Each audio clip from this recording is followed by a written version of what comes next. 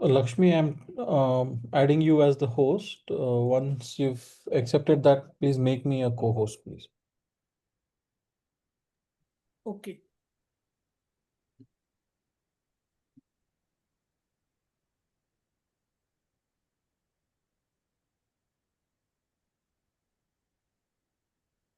Done.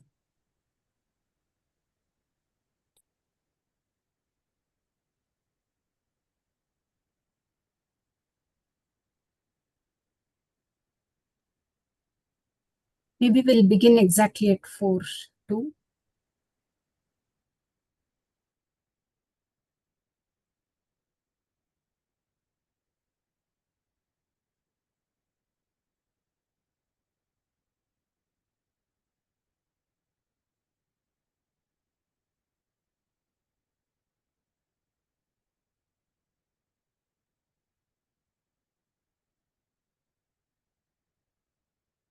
We can start now.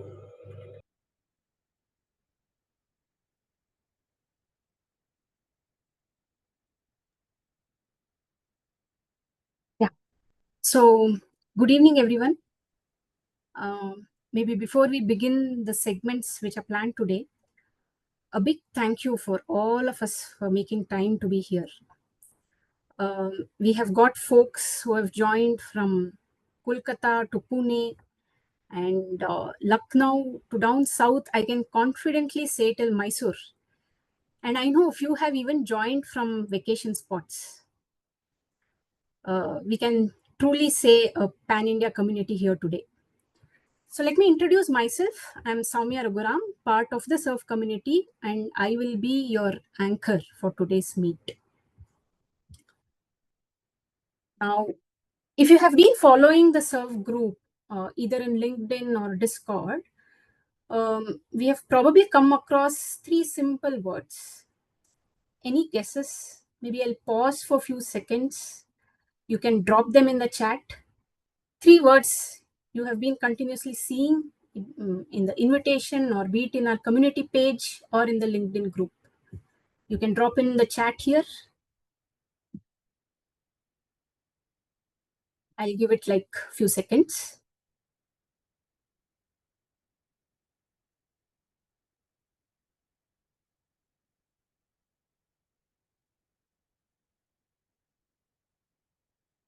You can quickly see the invitation too. Yes, the three C's. Venkat has given a clue.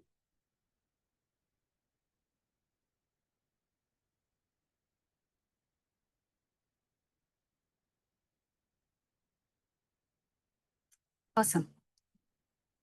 I see the options coming up. Yes, the three simple words capture the essence of this community. That is, causes, the bigger purpose that's brought us all together here, care, which is the core of this community, and code, the magic we create to make serve real. So today we have some inspiring talks, impact stories straight from the field, and some fun spotlights. And also what's next in this journey. So let's get started. Keep the energy high in the chat. Let's keep the chat buzzing with lot of emojis and your thoughts. Be open to share, and let's begin. A quick ride through our journey so far. From the very first steps to where we are today, it's a story of, again, causes, care, and code. Here's the journey of SERVE.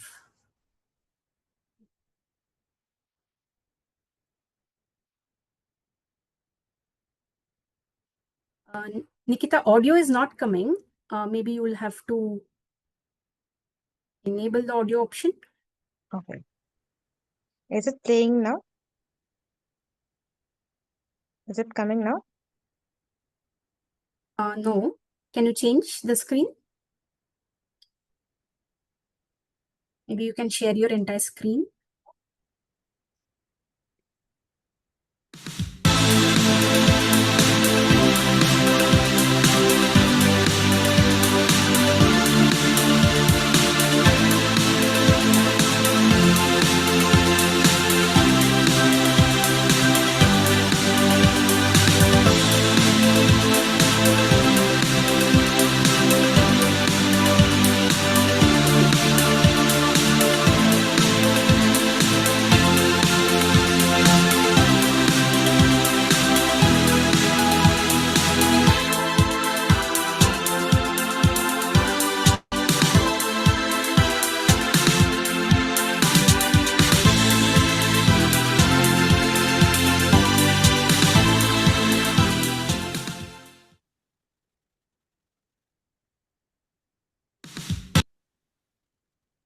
Wow. This is the journey we have been together. Just look at these numbers built by the community. 40 plus contributors. That's all of us putting our time and skills together. 20 plus repos, 900 plus commits, 250 plus PRs merged. That's moving Serve forward. And we have had around 4 major releases since past 2.5 years and over 20,000 lines of code. And the best part is Serve is powering now 4 live instances. So these numbers are together achieved by the community. And to help us imagine what's next, we are honored to have a very special guest today, a keynote speaker today, Mitesh M. Khapra, Associate Professor at IIT Madras and co-founder of AI for Bharat. He heads the AI for Bharat Research Lab, building cutting-edge datasets, tools, and models for Indian languages, and has been recognized globally with honors like the Time 100 AI 2025 award. We are excited to hear from you, Mitesh.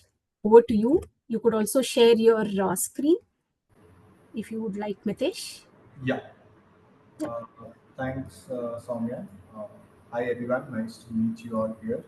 So I'll just talk about building sovereign AI for Bharat, right? And I think I need very little convincing for this group that why is sovereign AI needed, right? And especially given the current geopolitical conditions, it's very important that we build for our needs and we build for our languages. Right? And that is the journey that we have been over the past few years. Right?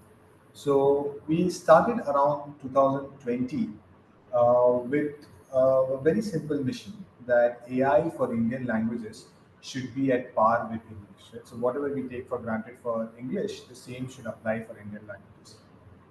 And when we came up with this mission, right, the obvious question to ask was that why is it that today AI for Indian languages is not at par with English? Right? And the answer was a no-brainer. It's because the amount of data available for Indian languages is much less as compared to English and some of the other resource-rich languages. Right? That is one part. Now, the second is if it's AI, then what are the things within AI that we care about? And then again, we took a very India-centric approach. If you look at a country like India, the things which matter are machine translation because we speak so many different languages.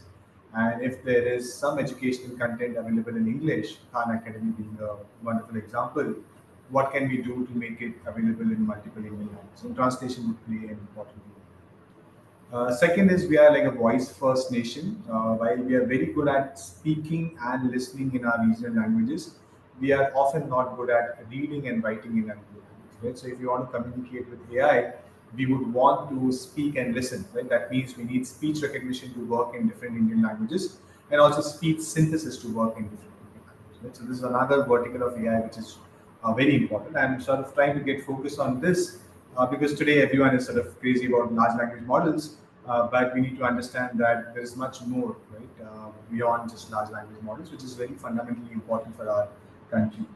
And one more technology like this is optical character recognition. In India, traditionally, digitization has meant that you take something, scan it, and upload it as a JPEG, which definitely enables conservation, right?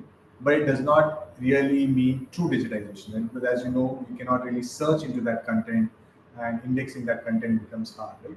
So if you want to do true digitization, we need optical character recognition to work in Indian language, right? So in the first few years of our journey, these are the areas that we have been focusing on, right? And we've been building this painful ramp that you see on the slide, where we first invested in collecting foundational data sets for these languages, right? And what I mean by foundational data sets is that one example is on the speech recognition side, where we went to 500 of the 700 odd districts in the country and collected voice samples from people. Right? So we went to all the 35 districts in Tamil Nadu, all the 30 odd districts in Karnataka, and we asked, like every district, we mobilized around 150 to 200 participants and asked them to give their voice samples on very curated set of prompts. Right? So we asked them to play the role of a someone who has ordered food on Swiggy and wants to give instructions to the driver on how to take a left turn at a certain point and then avoid certain traffic congestion and come and so on. Right? So very everyday usage grounded data collection. Right? And then once we collect data, we also build foundational models on top of this. So we build speech recognition, machine translation, speech synthesis models, which compete with the best, right? So we make sure that while we are open source, we are also a no regret solution in the sense that the models that we put out should compete with the best in the world. There's no point in putting it out in the open source, right? The community will not adopt it. The other major challenge in any sort of progress is that if you don't have the right evaluation benchmarks, then you cannot track progress. And then there's also not incentive for others to show progress. For example, if I put out a benchmark for speech recognition for Tamil or Kannada, then deep tech building these technologies has an incentive to improve on those languages, right? Because now there's a benchmark which shows that hey, your performance is much poor on this as compared to English. What are you doing about these now? Yeah, that sort of exposes that okay, there's some gap and someone has to fix it. Right? So we also been focusing a lot of evaluations, building evaluation data sets, which are again mindful of India's diversity, right? So we have evaluation sets which contain voice samples from people across the country. Right? So, for example, English spoken by someone from Assam, someone from Rajasthan, someone from Himachal Pradesh, so that we can capture the accent differences that we have across the country. So while we are doing all this, it's very important for us to also ensure that the stuff that we are building also gets used on the ground, right? Which means if there's no adoption, then what's the point of building this technology? So here we work very closely with our partners at EkStep Foundation through the EXL initiative, with Bhashini, where we are working on PM Kisan, again on the Supreme Court, where we are working with the EkStep Foundation.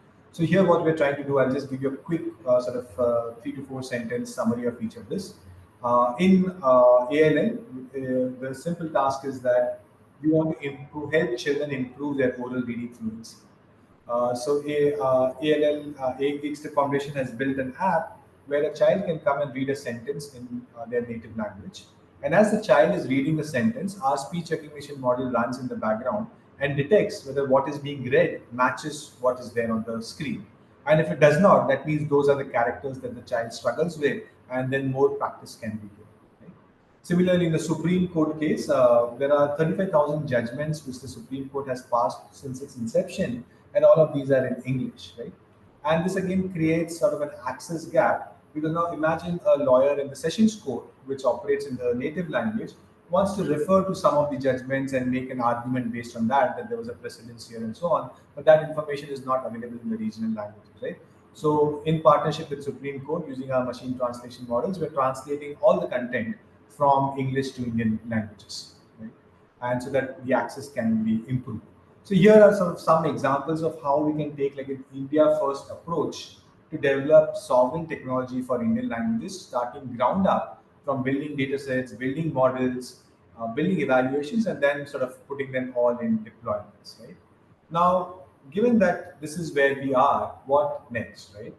So I think, again, being mindful of our sovereign needs, we need to make sure that the technology that we make should work well for our children in rural areas, right? So now there is no need or there is no reason why a child from a rural area in one of the states in India cannot access education technology in their regional languages, right? And for this to happen, it's important that technologies like speech recognition work very well for children across different dialects and languages. Right? So that's something that we have to take care of if you care about sovereignty.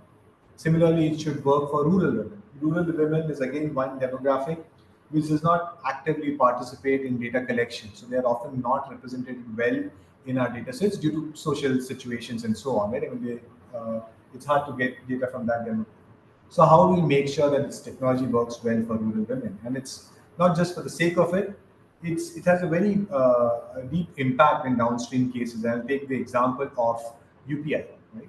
So there are close to 350 million people in India who are still on feature phones, and a large part of that is rural women.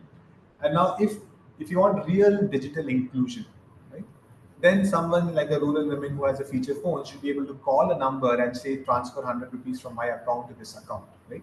Without having that smartphone which can scan a barcode or trying to operate an app which they may not know, but it's easy to speak and say that I just want to transfer 100 rupees to this account, and then the speech recognition should happen, and accordingly money should get transferred, right? So it's again a very India specific problem which the West will not work on, right? So we need to work on these problems ourselves.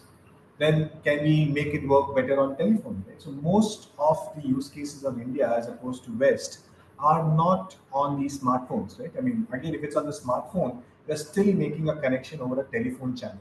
And the telephone channel is sort of a bit different from the data that you and I record on our smartphones or laptops or computers, where it operates at a higher bit rate, 16 kilohertz, as opposed to on telephony where it's 8 kilohertz, right? And there are also other signal sort of channel related problems there, right? So we need to make it work better for that. We want to make our translations work well for the layman, right? So I'll just take 2 more minutes and then I wind up.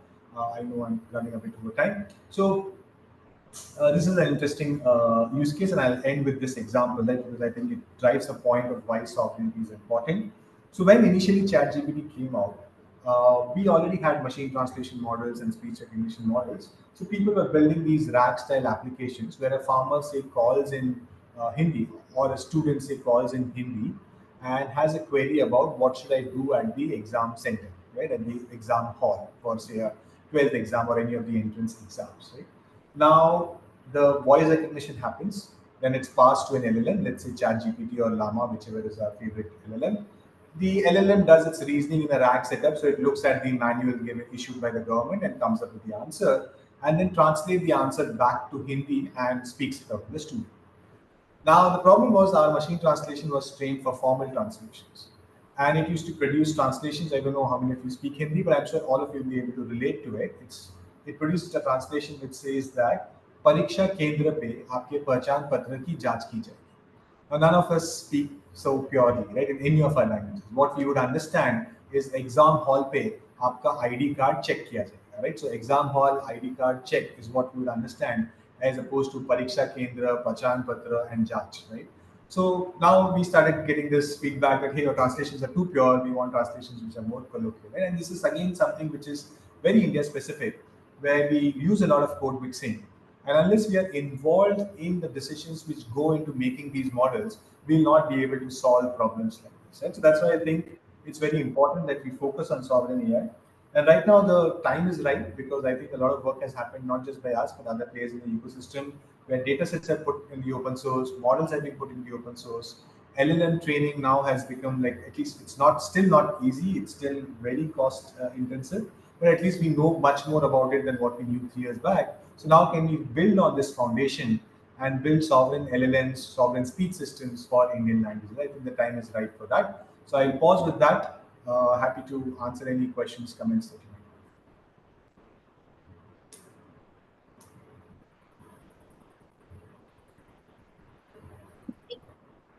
Questions, you can also drop in the chat. Maybe one key point or a key thing which I would take away, Mitesh, is the Indian specific problem. That, as you said, the colloquial, in the day where we have English or Kanglish, or even for Kannada, mix English, we have a word for it. So definitely there are a lot of problems coming up in that. Yes. So Mitesh, on behalf of all our contributors, like, I would like to ask a very simple question. Like, we are, all of us here are contributors, like, who are balancing jobs or studies along with this. There are college students too. How do even, like, small contributions, like, be it a simple bug fix or a review or a suggestion even, add up to make a meaningful difference like this, what you are doing or what we do in Serve? A quick thought on that. Yeah. So, I mean, frankly, thank you for this question, right? And frankly, I've not thought through this, right? But I'm excited to think about this, right? And I thank Venkat for sort of introducing me to this community. So, I think what I'll do is I'll work with my team and see what we can sort of put out as a call for open source participation, right? Where there are very well defined problems where people from the community can participate and contribute, right? I'm sure, I mean, in the top of my mind, I can think of some ways of enabling that.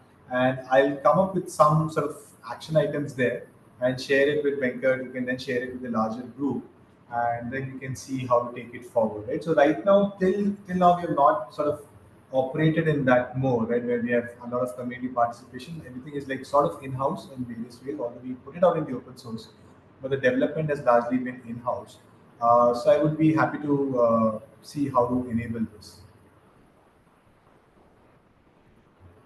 So we have a couple of questions coming up. Maybe we'll park it aside and take it up towards the end for in the QA section. Manoj, I've seen the question. Maybe we'll pick it up later. Thanks, Mitesh. Thank you. Thanks for your time. So yes. Now to keep the energy going, we have another keynote address. We have someone very special with us. Many of us know him as one of the key person behind building Aadhaar and also Diksha, which today powers learning for millions across India.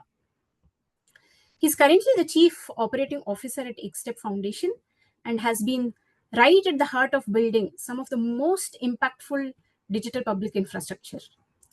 And for us in SERVE, it's extra special because he has been a guiding force from the beginning. So let's welcome Jagadish Babu. JB, over to you. Hi. Hi, Nikita. Soumya. I also see many of my colleagues who work with me on call, including Mitesh and others. So it's my pleasure and honor to be a part of this conversation.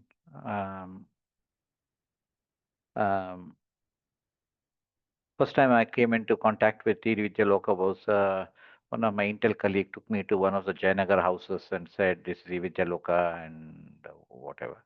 And we had just begun EkStep, and I didn't really understand and appreciate the idea because in many ways, in order to see what the hole that eVidyaloka fills in some sense, you got to experience the deficits that that mostly rural and even urban schooling system encounters. Many of us who come from similar backgrounds have acquired a lot of skill, and in many ways, I think it's a lot of luck and grace for us to be in these positions. So majority of the folks leave out, get left out on the options for knowing even and what's right and what's beautiful. So the space that I had the opportunity in the recent last few months, working with Gopal, Venkat, and others, to pitch to states, explain to them, and convince them that why they should augment their workforce with the skill sets available all over the world, right? And in my conversations with the head of education and head of higher education and stuff, and some of them, have already started the journey with serve building block. What I see is it's a can't do without type of a value. Wonder why we are not doing it all over. Simply because the intellectual capital is so high all around us, and it's almost like, imagine you want a cup of water and you are in a residential area. Everybody's houses have water. It's just a matter of you knocking on somebody's door and saying, can you get me some water to drink, right? But that's the situation here. The schools that operate even in urban areas are having so much of intellectual gravity around them, but nothing available inside. This program really bridges the gap, and the part that most of you contribute to, I find the value of keeping it as deep. Sometimes people get into the nitty-gritties of why DPG, what's the big deal, what's that, what about this? But many of the points missed in that argument is the point that being a DPG first conveys the spirit of openness. It doesn't belong to anybody, it belongs to everybody. And that's very important, especially in government engagements, extremely important. And if you see recent Karnataka government, one of the initiatives we work with them on AXL, the announcement has a lot of engagement related points in the press, but one of the points is we're not paying EkStep anything. Okay. Why do you have to put that line? That's because to stress on the point that this engagement is pro bono, and that's why it works. It's not to say that commercial engagement models are not right or not are suitable, but the point is, in order for us to reach the intellectual capital that's available for the needy, it is very important to signal the DPG, and therefore your role comes in. But I want to kind of also streamline one point. The DPG is equal to 1:2, it's open, available for others to use. But DPG is DPG because it came together because all of your contributions. Many of the times, in general, many of the DPG systems suffer from the lack of contributions. It's DPG, it's in a repository, but it doesn't get a lot of contribution. And therefore, the people, end of the day, we are as big as our care is. We are as big as our care is. And we are as big as our offer is. Right? We can care, but if you don't make an offer, that's of no consequence. So imagine like person like me or Gopal or Venkat, Brinda, make a offer to somebody, so let's say a state. I have this offer. Many a times the offer is limited by the contributions, right? What you can offer is a function of what you have. What you have is a function of what got contributed. And so to that extent, we are as big as our offer, we are as big as our contribution is. And as big as the quality of the contribution is, right? Given the nature of operations with schools, remote schools, and with no man in the middle taking care of these things, if you see Uttar Pradesh engagements, I'm sure there is a topic being discussed, or in Telangana, there is nobody on the ground. Teachers have to switch it on and make it work. So systems have to be stable, robust, and a lot more can be done. So it is one is DPG in this sense. The other signal that it gives out is it's a collective energy that's coming to make this work. It makes it much bigger than what it is, right? Because it's like, when we all stand together, virtually even, we are much bigger than each one of us, right? So I have seen the energy shift when you talk about serve as a building block, serve as a community, serve as an offer. The energy in the room shifts significantly. And you don't have to do significant talking, selling, and all of that. It's just now, after that, now, offer moves on to, it's like if you go to a car showroom, they ask, okay, when can I get it? How soon can I get it? That means the conversation has moved on from whether will I buy the car to, now it's all of this over. Now, when can I drive it type of thing, right? So that's mostly what it has been all along. Therefore, I see two things. One, opportunity is not being tapped enough. I see significant opportunity on the table. I see it's as big as our contributions are, as I was telling, and as big as our offer to the systems have been, and could be. It's a matter of making big offers. So those who are making the offer, I'm not sure if Gopal is on the call. There is a journey to make. It's not like, making an offer is as good as, just telling that, okay, there is this one and you could use it. There's a journey and a lot of steps are involved. But I see significant opportunity for connecting all over communities all over the world, not just Indians, experts to show up and contribute. I keep talking about my own personal example. It's not a survey example, but I shifted my study cycle from not knowing what to do to doing physics full time, simply because one physics expert showed up and described in Kannada language something about physics. I don't know what he talked about, but that's when I decided, okay, I'll physics karega. Of course, I went on a tangent for some 7-8 years studying physics, and that's good. I mean, at least I learned something about physics before I came back to what I did in engineering. So these are the sparks. We don't know how it connects, who connects. So the beauty of the serve model is not just about information. YouTube takes care of that. Beauty of your serve model is actually sparks that fly in interactions between the community volunteer and the students, because it's a live interaction. It's not a stored interaction like a information that you pass around. You see, so and that is unpredictable, and that's the space of infinite possibility. All right, when you have, and there is no pressure to teach something and finish like a true teacher would have. We work a lot with teachers across, and the pressures are immense. It's like, the pressure you would have when you cook in the morning. You have to finish cooking. There's no incomplete cooking. You have to finish and complete the task. That's the pressure of a teacher. I have to finish this in time, and that cannot be incomplete, and it has to be targeted to those who can understand, because others who can't understand can't do much. So it's that challenge in life. So on the other hand, a volunteer from serve model can actually do a beautiful job connecting both the um, idea to the world as well as to the students, and engage them. That's what I think student teachers are looking for, to inspire them. So in our AXL work that we do, we say competency is only one dimension of this. Motivation and confidence is a significant other dimensions of life.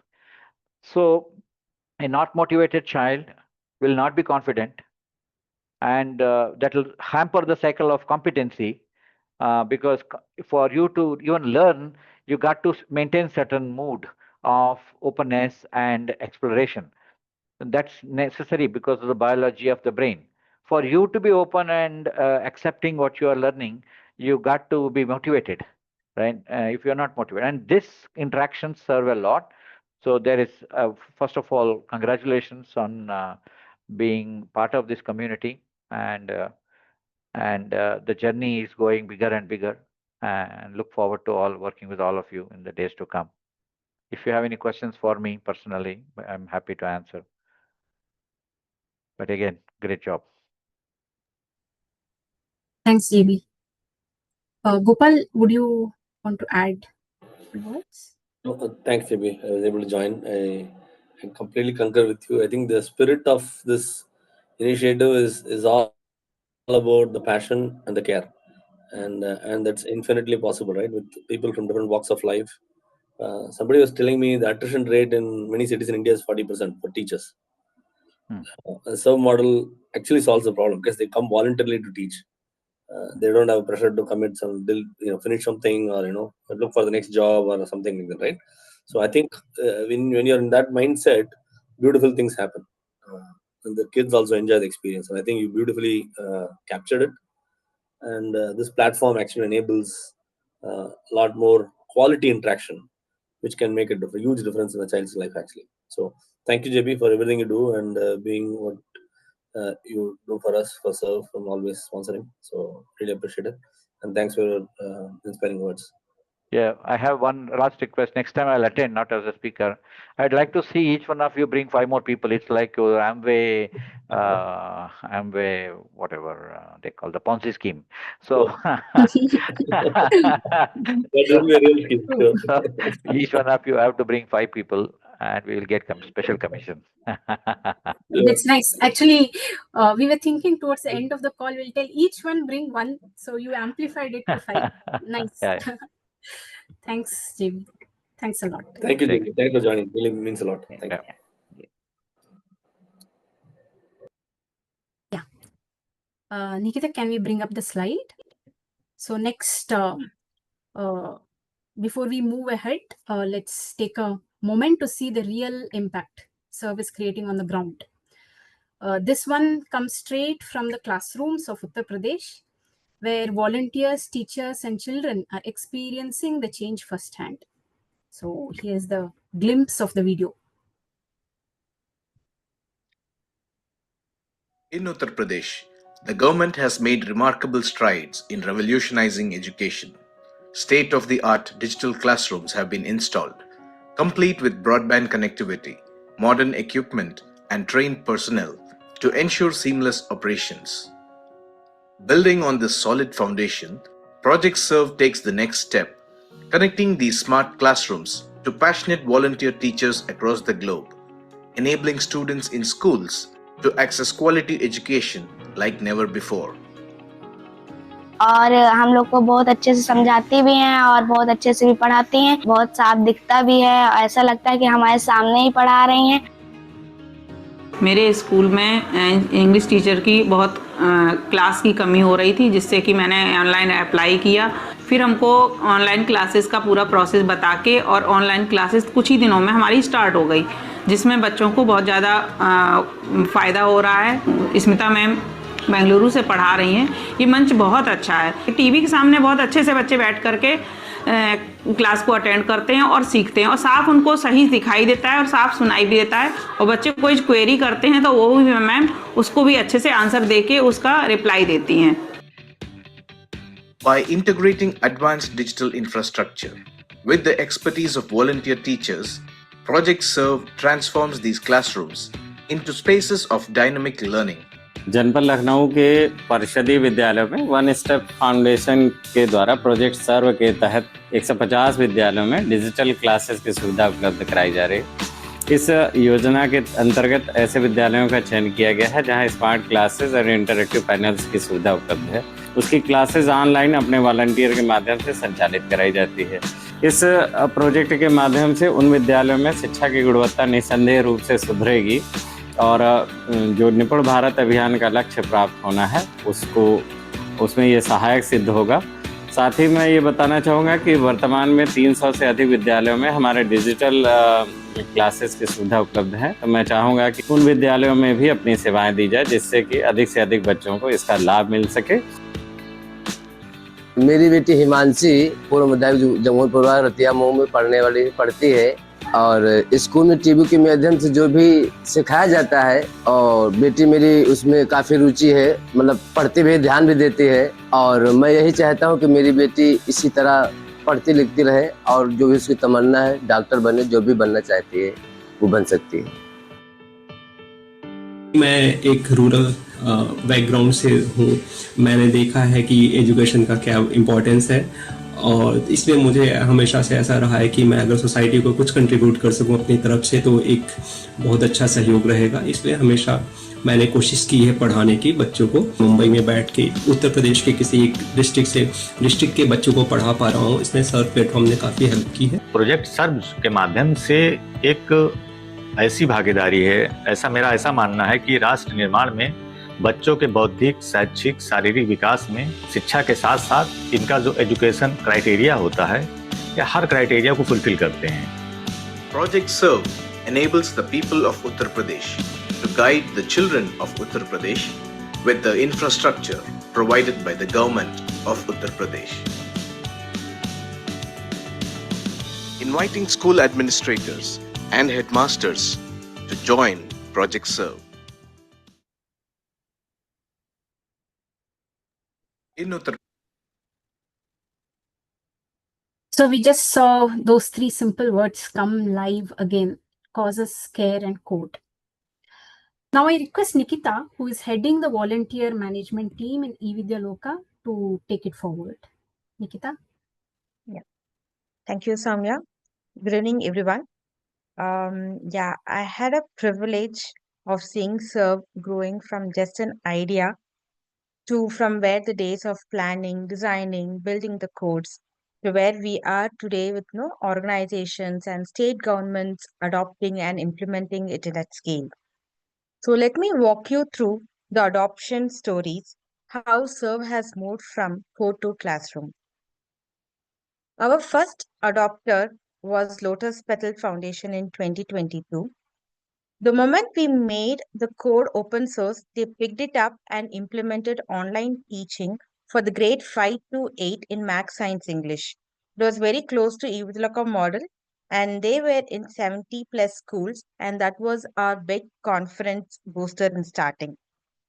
Then the next milestone came with AP SWARAS, that is Andhra Pradesh Social Welfare Residential Institutions.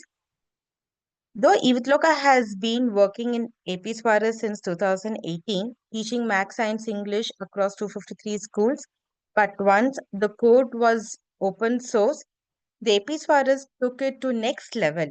They set up their own instance of Serve and expanded their mentoring program to JEE NEET coaching and career guidance program. If you're all wondering what eVidyaloka is doing here, well, even eVidyaloka has own platform. We too adopted a component of Serve, the volunteer network. Today, volunteer relationship management team of eVidyaloka mobilize and onboards volunteer and provides them securely to serve classrooms. Then came the real turning point, a huge breakthrough in December 2024. That is when the government of Uttar Pradesh adopted SERVE. They started with a pilot of 125 schools in academic year 24-25, and this year it is 800 plus schools they have scaling up to. As I speak today, we have 160 to 170 schools live and more coming onboarding every week.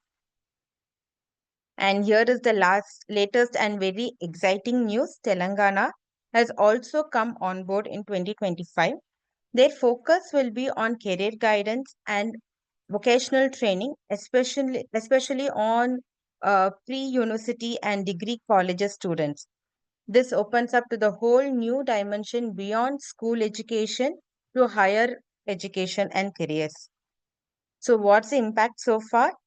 685 schools reached, 38,500 students benefited, 330 volunteers engaged, and 1,758 volunteering hours has been delivered. And this is just beginning because over the next 6 months, we are looking 1,000 schools and 1 lakh students on serve. With this said, I hand over to Soumya. I think something interesting and exciting is waiting for us next. Over to you, Soumya. Yeah, and before that, all the numbers here are all the contributions made from all of us folks. So some emojis, some reactions, please. So yeah, as Nikita said, it's a celebratory moment now. You can think this as your own very Hall of Fame moment. So let's cheer loudly in the chat with more emojis and reactions as we now recognize our fellow contributors. And the first spotlight goes to someone who has been on fire with contributions. With 91 commits and the highest number of PRs raised, please join me in celebrating Ravi Teja, Assistant Professor in NIT Rourkela. Ravi has really set the bar high.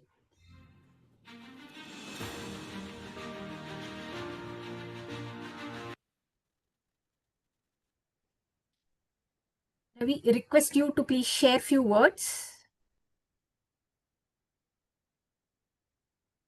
Okay. Good afternoon, everyone. Can you hear me? Yes, yes. Yes. Okay. Yeah, I like to thank all the organizers of this meet for inviting me. And first of all, I have to thank Rishi for actually supporting everything. Okay. Actually, he's the first person who actually helped me to give an opportunity to work here actually. Okay, without Rishi, like I would have been not into this project. Okay, and one more thing I have to say is like this is the first project I have worked on as a front-end developer, and I learned a lot. And more than that, what can say is I also like to thank Soumya. She helped me a lot while supporting me. Like whenever some issue happens, some issue rises, she is always there to respond and clarify whichever issue is there. She helped me. So I thank everyone for providing me the opportunity to learn. And one more thing, like at the time when I'm actually working as a developer, I don't know like how much impact it would go into, but now I could see like I'm very happy that it is uh, like helping many students and in many other aspects, like other sectors also can adopt this software. So like I'm very happy, but at the time when I'm working, I don't know like how much impact it would have. So thank you everyone, and I would also like to like contribute even further in future whenever I could. Thank you so much. Thanks, Roy. Thanks for you. Yes, our next audit is for someone we know as the true Serve enthusiast. Whether it was building the onboarding for schools or the moment he finished one task, immediately checking the backlog and picking the next, Uwais has been unstoppable. From registrations for coordinators to even suggesting key security tightenings, he's been everywhere. He's working as a full stack developer in HPE with 3+ years of experience building scalable applications. Let's hear it to Uwais. Yeah, thank you so much. So I want to thank everybody for this opportunity. Actually, it was great working with the team, and I really want to appreciate the initiative, and I also want to appreciate the way you helped me to get onboarded to this code base. Actually, so I was new to the code base, so you were always available to get the things clarified, the requirements, whether it is getting the requirements clarified or whatever it is. So you are always there present for that help. So I really appreciate that, and I really appreciate the initiative. So looking forward to contribute more. Yeah, thank you everybody. Thanks, Uwais. Now, this spotlight is very special. It goes to our youngest contributor, who has just finished his 10th grade. Siddhant started coding at the age of 10. He's already made a big mark by building the Serve community page at serve.evidyaloka.org/home and making our screens device responsive too. At just this age, contributing with such energy and skill is truly inspiring. Let's give him a big round of applause. Siddhant. Yeah. Hi, everybody. Can you hear me? Yes, yes. So first off, I would really like to thank Soumya ma'am. She helped me throughout my journey. I think I might have bombarded Soumya ma'am's emails with questions almost every other day, but she was always available to help me and explain whatever I didn't understand. And this was honestly the first time I got to work on something as big as Sunbird, and it was a completely different experience compared to anything I've done before. At first, it felt a bit overwhelming because Sunbird is such a large platform, but I really had a lot of fun doing it and I learned a lot of things. And what I really loved about it was that it was not just about creating software for the sake of it or for creating software for profit, but it was actually helping real people who actually needed it. So, yeah, I would love to contribute further. And thank you, Soumya ma'am. Thanks, Siddhant. Your hard work. Now let's move on to the next spotlight. This is for an organization that has been one of the most active and consistent contributors to Serve. With amazing support from their team and a steady stream of contributors, they have truly shown what it means to be an active organization in this journey. A big shout out to Mr. Cooper and the team. Thank you for being such a strong part of the Serve community.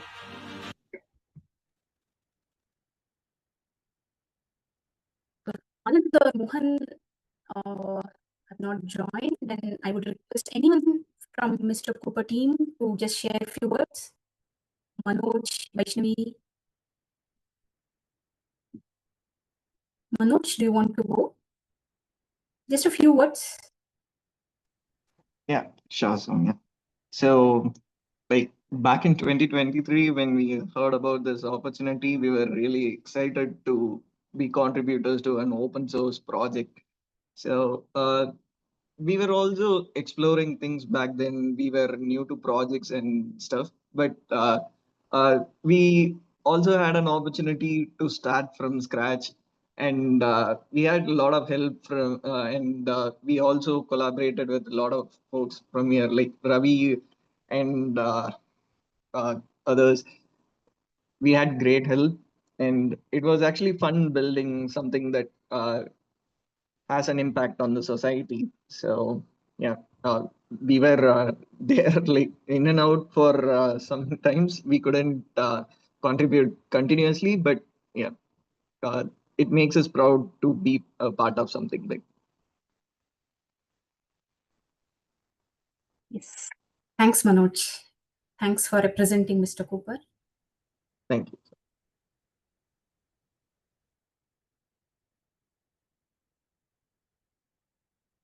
So now maybe let's move to the next keynote speaker, and then we'll take up some questions together, if that's okay.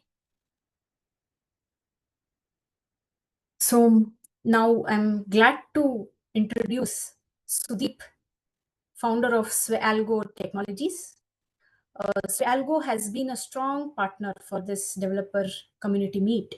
And Sudeep himself brings a wealth of experience and passion for open source. Sudeep, over to you. Thank you, Soumya. Am I audible? Yes. Yes. Okay. So as Soumya told, I almost had 6 to 7 years experience in IT field. And if in last 8 years, I transited from a different roles, like a student, being a engineer, and now I have become a founder of the company. So along with that journey, I have worked on a different open source tool, and also I have been the contributor for the Sunbird also for the last 3 to 2 years, and it was a very quiet journey for me, and I learned many things in that Sunbird experience. So same thing I bring into my company also when I started company in 7 months back in March. So we have taken the open source as a core tech stack. So what it means? So many people told us that open source is a free software, but if you see, the open source has a stable community, and if you incorporate the open source things on your software side, it will give you the stable platform. So while you are launching the first MVP or version 1, you will get a stabilized platform. So that is the benefit I always told to my clients, and clients also getting impressed, and we can reach the market in very less time. So today I think we have a very good panel. Like everyone has a different background. Like someone has the academic background, someone has the non-profit background, someone has the tech background. I'm as a private limited company. So if you see the perspective or a lens of the each organization type, or if you can see the students and individual contributor, everyone has a different perspective to look at the open source things. Myself also in last 7 months, I have visited more events in open source rather than visited the events as a business events. There is a two events we can say, the business events also there is. So they have set up the booths and they are explaining their products. But if you see last 6 7 months, I have visited almost 5 to 6 events in India. So I saw there is a good image of the open source community in India. So when I visited Bengaluru, I visited the open source community event, and I saw there is a students who are actually promoting the open source things. So they are actually be a part of that open source tool booth, and they are actually explaining the open source tool to us.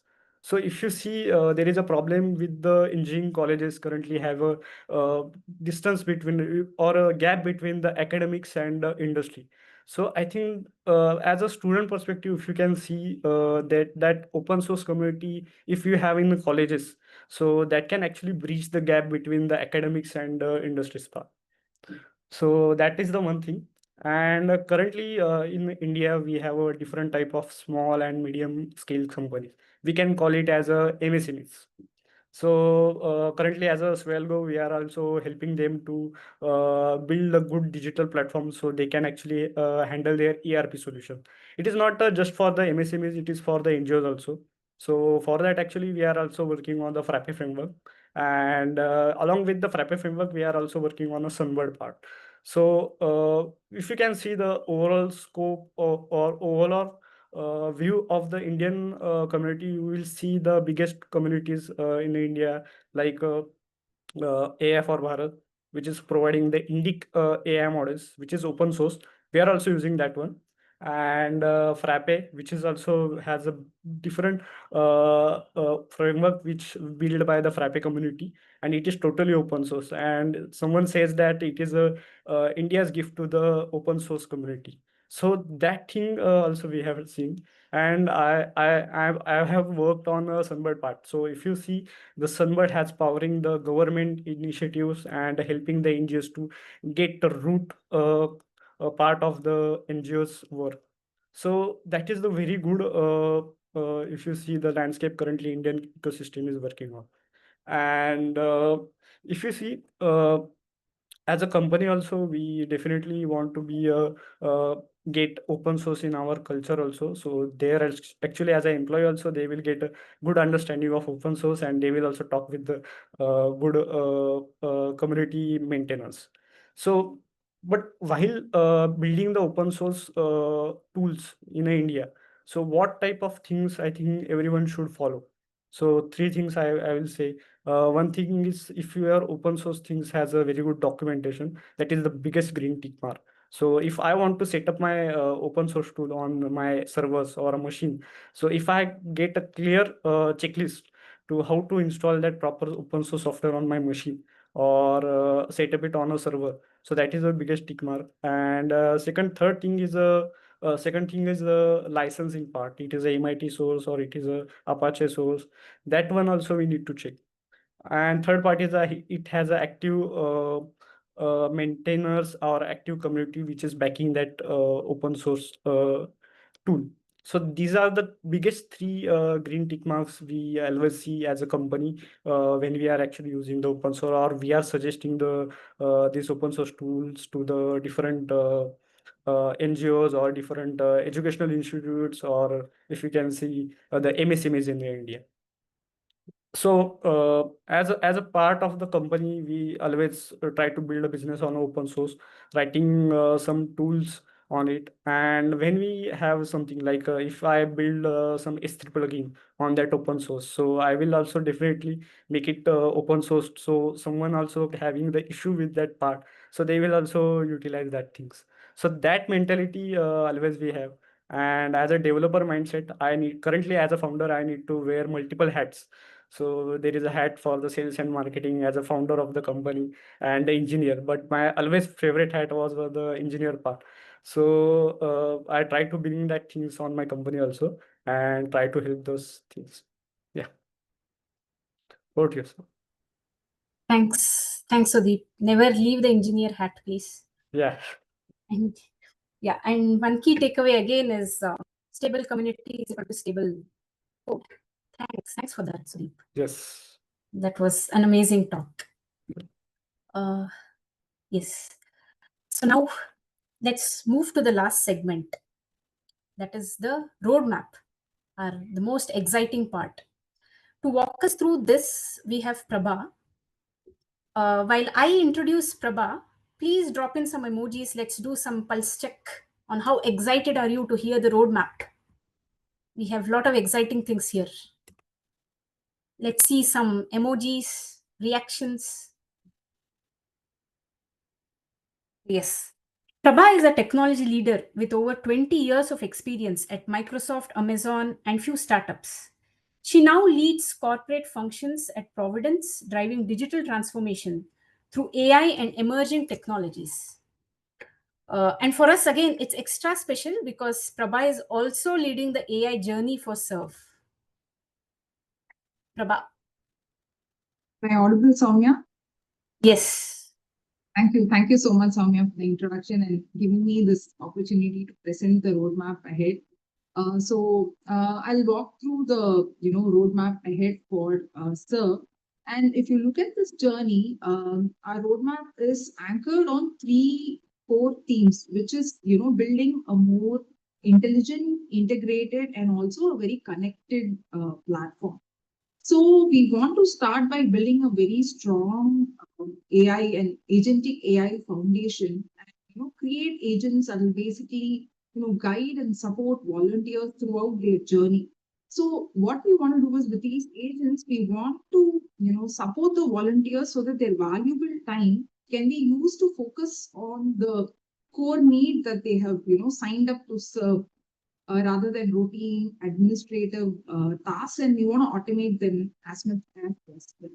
So that's the first pillar. Next, we also want to focus on a very integrated experience where we want to focus on tools that volunteers are already using, for example, WhatsApp or their Google Calendar, and any kind of AI tutor. So we want to kind of offer a very integrated experience so that it will be very seamless and natural for the volunteers as well.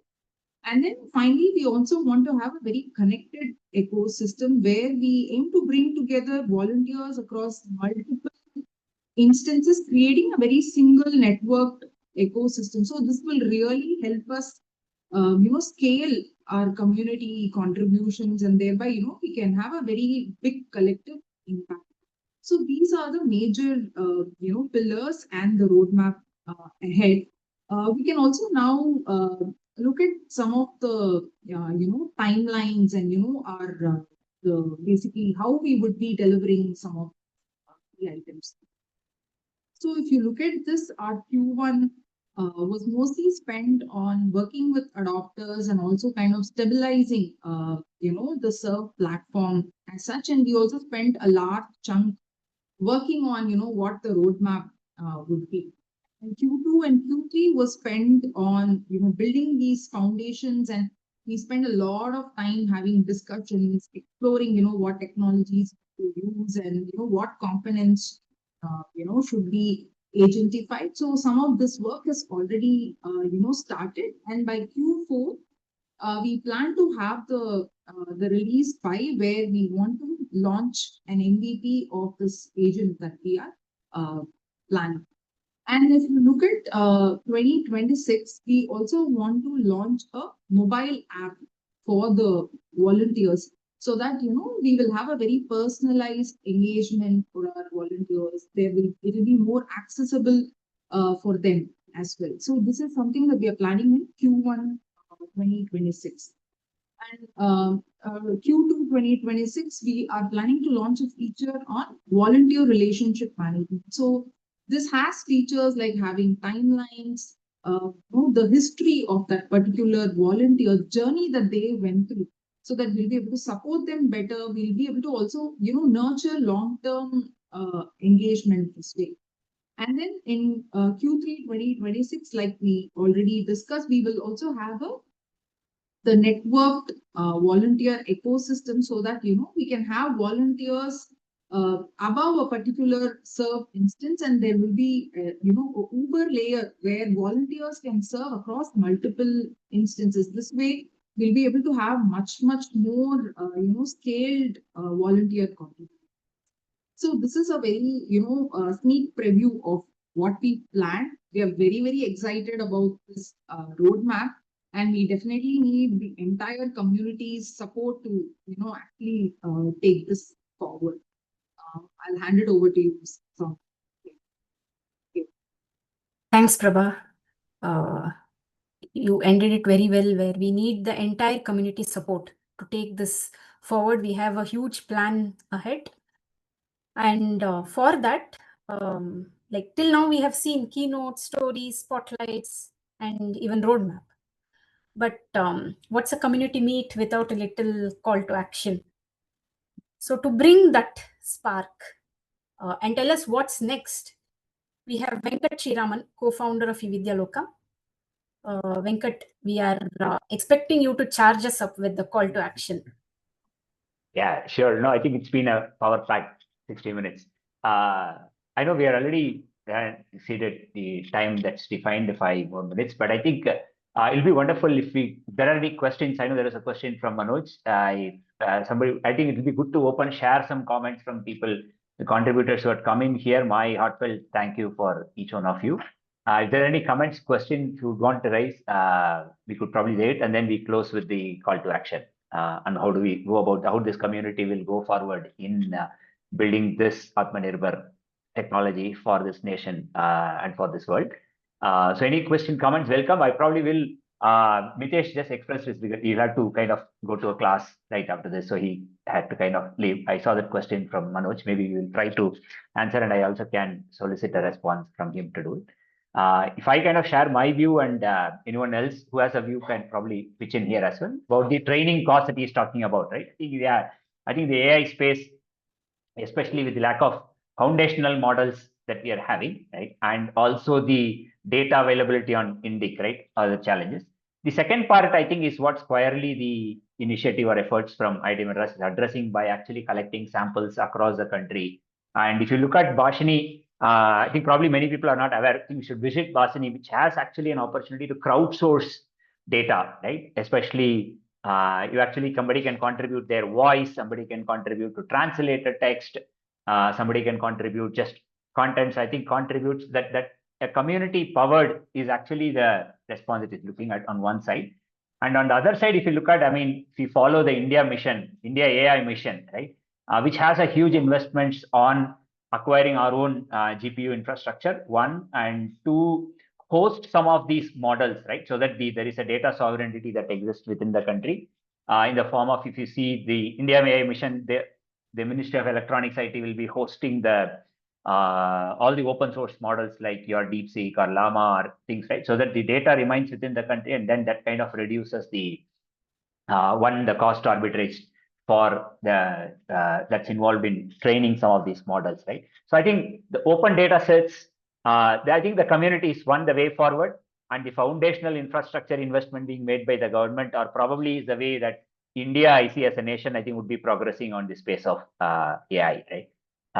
It's definitely an uncharted territory, but I think exciting time for this community. I feel so proud actually, right? Is being a pioneer in how you actually can come forward and do your bit. And I'm sure, this movement will pick up in various other areas. And if there is an interest in the piece of AI, I think we should discuss that in a forum. And if this is going to fork off another initiative from this, and that's the whole idea of this community meet in itself, right? Can it trigger thoughts, right? Can we take initiatives? And we believe, I think India is probably a few million strong developer community can really change the needle or the traction in which the way how we build technologies, understanding the space much more clearer or closer from the ecosystem that we all live in. Right? That's how I see the cost part taking track, Manoj. Okay. We start the journey. Ideally, we should have done this 5 years before, but I think never late than now.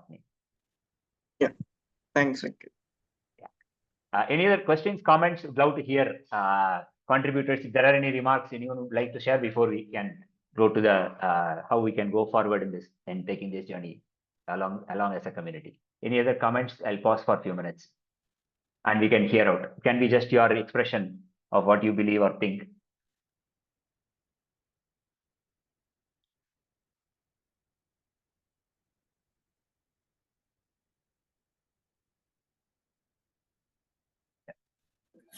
While we wait for others comment, Venkat, I would like to not nominate actually, congratulate Soumya for being the solid bedrock anchor of this community, which is the thread that connects all of us together. So thank you so much, Soumya, from all of us for everything you do and continue to inspire and lead, embrace new members and motivate current members and get served to the stage. Without your contribution, this would not have been possible. So thank you so much.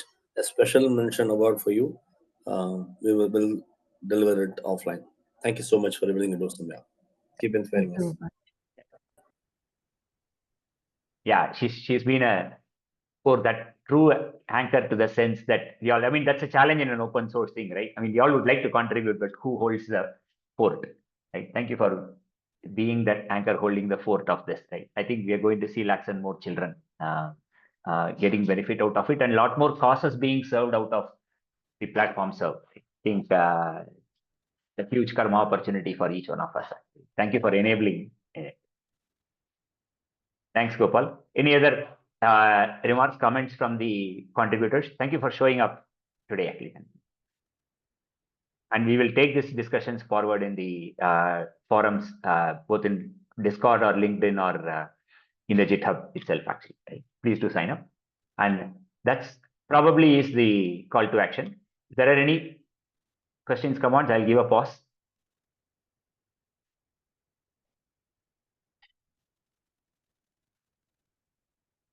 Yeah, sure. I know it's a short pack and we probably should continue these conversations. So the call to action that we kind of lay out to the community is as this kind of germinates, it's kind of expanding. Today, the core group consists of Soumya, myself, and Gopal.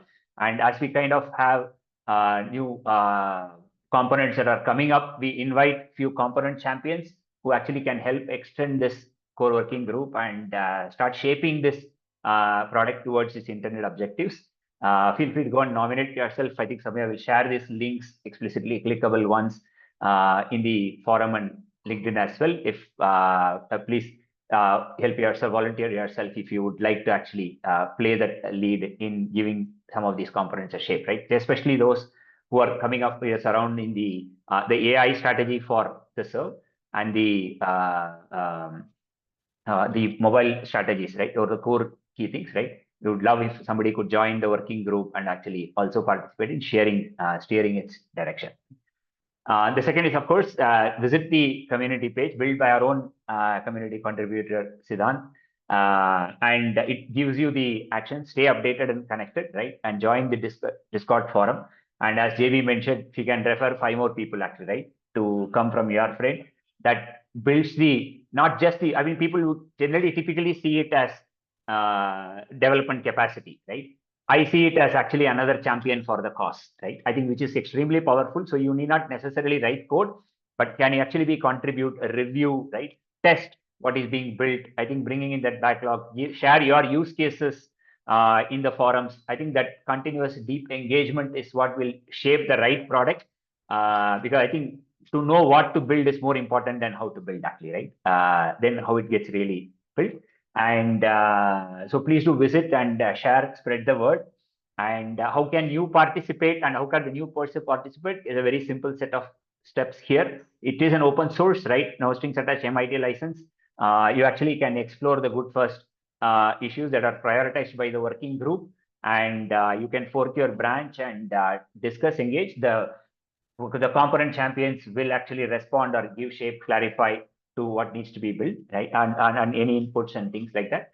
Build locally, and of course, there will be a merger process. There will be there is a periodic review happens once in 15 days with the working group. You raise a PR, review, and then it gets merged and aligns to the roadmap that just Prabha shared here, right? So that's as simple as it, and these details are available in the community home. So let's grow this community more deeper and actually spread the word for wider actually, right? So and the power of this platform, we just have scratched the surface with a use case of live teaching, right? And coming up by the stage, as JV mentioned, the human capital, the intellectual capital is beyond causes than education as well, right? So the Serve platform can be applicable on the use cases on sectors like healthcare, agriculture, livelihood, etc. Can go beyond as well, right? So let this grow. It's a slow, steady, organic journey, and let's enjoy the journey than the destination in itself. With that note, extremely privileged and proud to be part of actually being associated with people who have a deep care to create a larger impact beyond their own personal lives and jobs. Actually, thank you for being here. Thank you everyone for joining. So we'll continue making difference. We'll remember the 3 simple words again: causes, care, and code. We'll continue to give our best. Thank you. We'll stay. Recording. Please make the recording available in the forum, please. Yes, so we'll share the recording. Join. Yes, and also I'll share all the links, Discord or the nomination form, and also the community homepage in LinkedIn shortly. Yeah. Thank you. Thank you, everybody. Thank you all. Thank you all. Thank you. Thank you.